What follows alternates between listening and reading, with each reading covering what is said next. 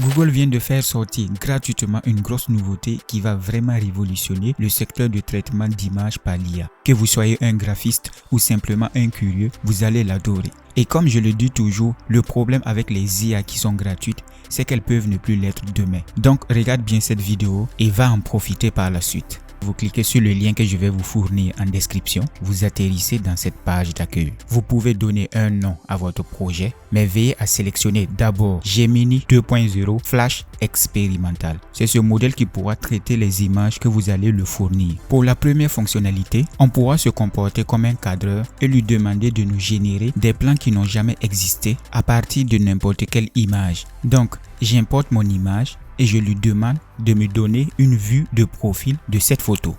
On regarde ensemble le temps qu'il va mettre pour réaliser cette photo.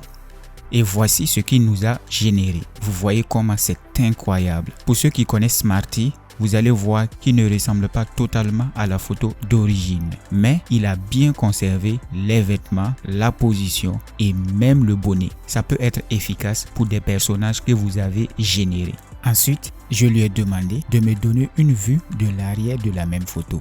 Voici le résultat et on voit qu'il a toujours conservé tous les éléments. Je suis allé encore plus loin en lui demandant d'imaginer le même homme d'une vue de dos sur le toit d'un immeuble. Il a les bras écartés et devant lui se tient la tour Eiffel. Mise au point sur le sujet avec une ouverture de 1.8.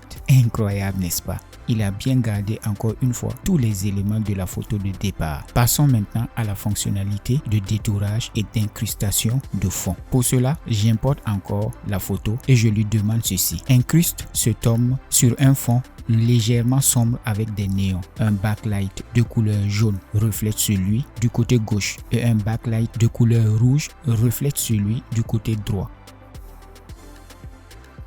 Oh non, il n'a pas compris ce qu'on voulait. Ou plutôt je dirais qu'on ne s'est pas bien exprimé. Donc il a carrément changé notre personnage au lieu de lui détourer. Repromptons et cette fois-ci, à la place d'incruster, nous allons lui dire de détourer. Là, nous voyons bien que le sujet est bien conservé. Mais notre fond est toujours la même. Essayons maintenant de remplacer le fond légèrement sombre par un fond noir.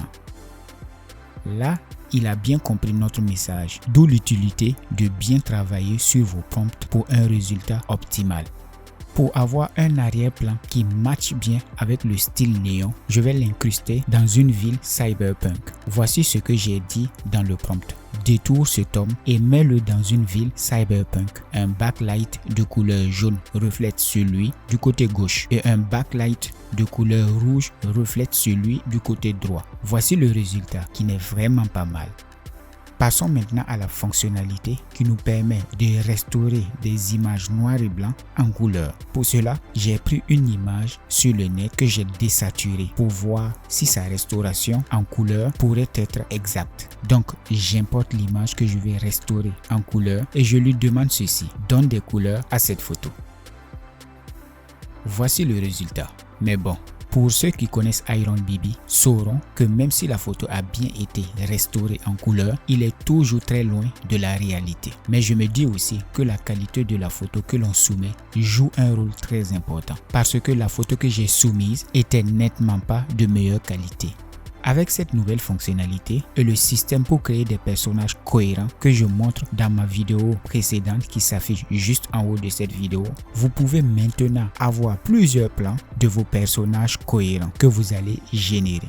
Il y a d'autres fonctionnalités que je vais tester et vous revenir dans les prochains jours. Je fais partie de ceux qui utilisent l'IA pour optimiser leur travail. Je vois l'IA comme une aide pour le moment et non un concurrent direct. Parce que vous l'avez vous-même remarqué, pour avoir un meilleur résultat, il faut savoir prompter. En tout cas, pour le moment, souvent, tu peux avoir un résultat qui ne te satisfait pas totalement. Mais si tu es un professionnel de Photoshop, tu pourras rectifier le résultat. Il y a aussi d'autres raisons que nous allons voir au fur et à mesure sur cette chaîne. En attendant, si ce contenu t'intéresse, n'hésite pas à t'abonner et à aimer cette vidéo et pourquoi pas la partager. Comme je le dis toujours, le problème avec les IA gratuites, c'est qu'elles peuvent ne plus l'être demain. Donc, profites-en pendant qu'ils sont dans leur phase expérimentale. D'ici là, prends soin de toi et on se retrouve pour une autre vidéo prochainement.